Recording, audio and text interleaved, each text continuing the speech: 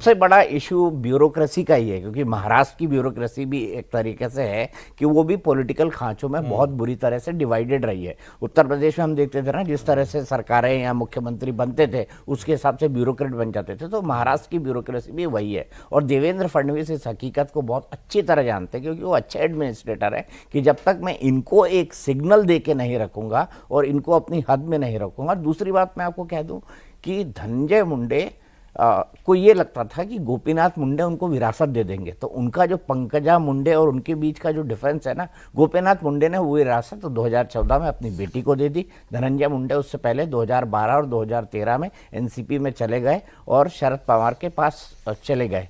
और शरद पवार के पास जाने के बाद पंकजा और धनंजय के जो डिफरेंसेस थे, पंकजा और धनंजय के डिफरेंसेस इसलिए कम हुए क्योंकि पंकजा बुरी तरह से कमजोर हो गई। एक तो वो चुनाव हार गई, उस चुनाव हारने के बाद वो विधान परिषद में आई, और धनंजय मुंडे लगातार बढ़ते जा रहे थे। तो ऐसे में पंकजा फिर लोकसभा भी हारी और धनंजय मुंडे लगातार बढ़ते जा रहे थे। ऐसे में पंकजा के पास कॉम्प्रोमाइज करने के अलावा कोई चारा नहीं था। और दूसरी बात मैं बताऊं तो महाजन मुंडे परिवार का जो एक दबदबा या कहें कि राजनीतिक वर्चस्व हुआ करता था, एक छत्र राज्य था महाराष्ट्र की राजनीति में, वो पिछले कुछ सालों में पूरी तरह से खत्म हो गया है।